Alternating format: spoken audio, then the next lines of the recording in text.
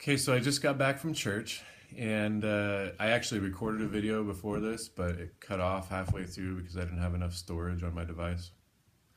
So we'll give this another shot. Just got back from church. I met a wonderful woman there.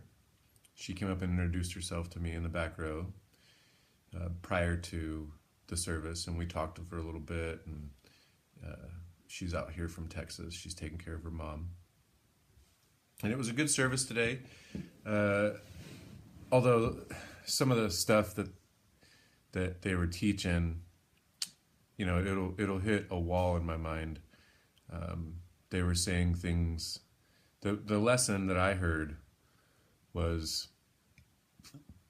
the cost of disownership is greater than the cost of discipleship. And I don't think that I got that right.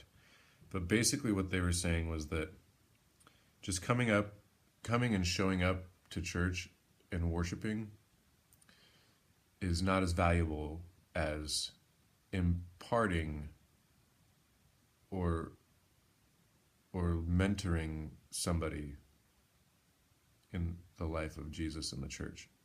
Discipleship. And so for me, I'm like, I don't know, man. I'm here to worship us, the energy that connects us. I think everybody here calls it God and Jesus. Across the street at the Buddhist temple, they call that Buddha. Some people call it source energy. Some people call it Allah. I don't think anybody's wrong. I don't.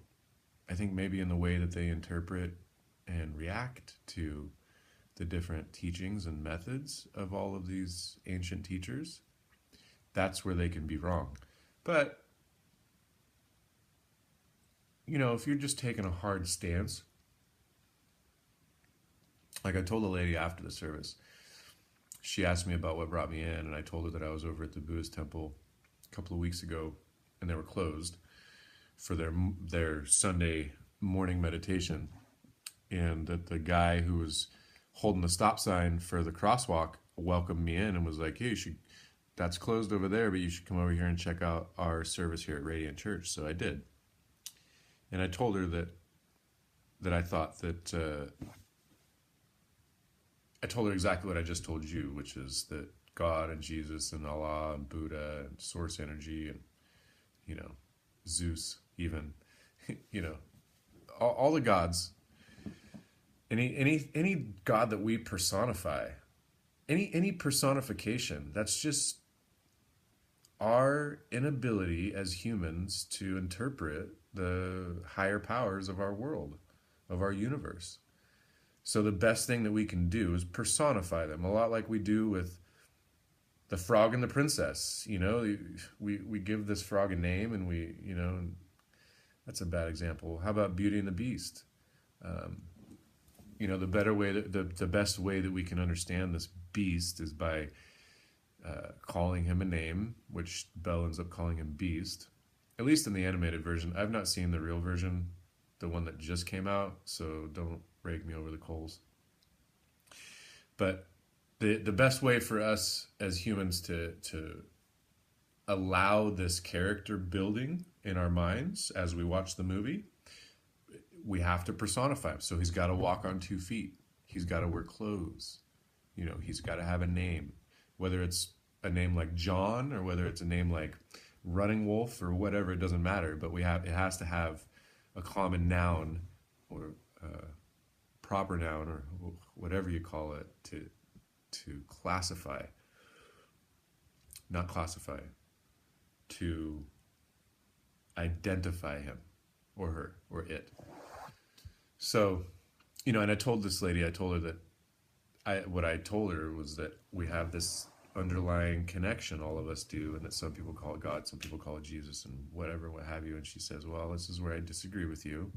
I think that there's something very specific about Jesus. And that might be true on a grander scale. But I think at the base level, just the base level of understanding of these teachers and what they teach. I mean, it's acceptance, not just of other people, but of yourself. It's forgiveness, not just of other people, but of yourself. Um, it's staying connected. It's learning how to overcome our human fears and desires and insecurities and things that make us anxious and that sort of thing. That's exactly what the religion is about. All religions. They give us a box to put all of our issues and insecurities and things into. They give you a lot of times what people end up doing with their boyfriends and girlfriends, husbands and wives and families and stuff is imparting all of this crap onto them. And humans can't handle all that stuff from other humans, you know? So, um, so it makes it easier if we, and this is all my interpretation. By no means am I speaking anybody's truth. This is just coming off the top, Wesley.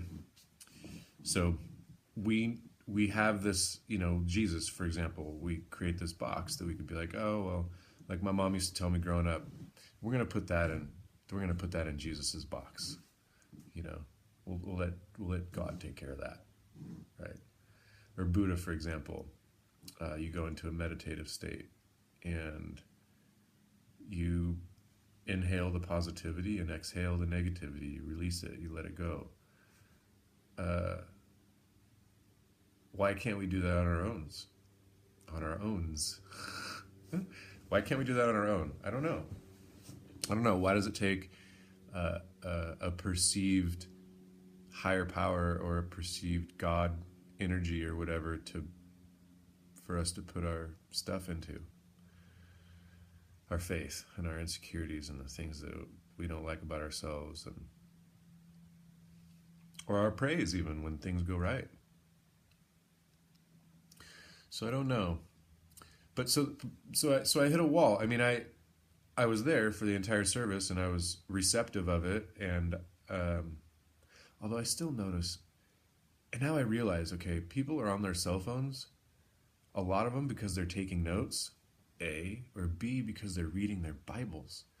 And it didn't even 2 weeks ago, I was just looking around the room. I was like, oh, these people aren't paying attention. These people aren't paying attention.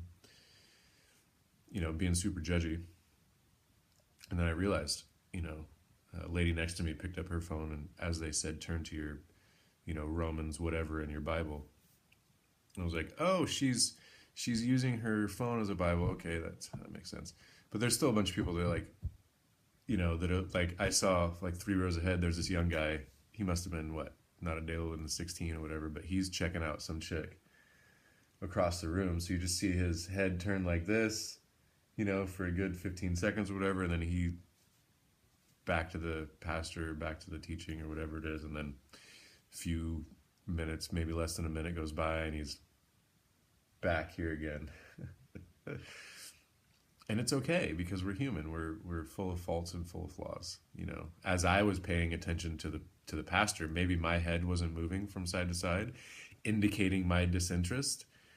But inside my head is going side to side. I was thinking about a whole list of other things that didn't pertain to church, or maybe they did. They were spawned by church and led me into other things. So anyway, there it is, church. I'm not too sure about it.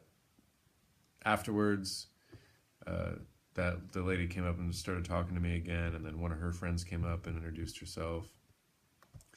They want me to be a part of a pack. So a pack is anywhere from 4 to 6 people, gender specific, so 4 to 6 men or 4 to 6 women, and they meet up and discuss religion, Bible, Jesus, that sort of thing. I'm not trying to ruin anybody's pack. So she said, maybe you should be a part of a pack. And I was like, maybe you should understand me a little better. I didn't say that. It's just what I'm thinking.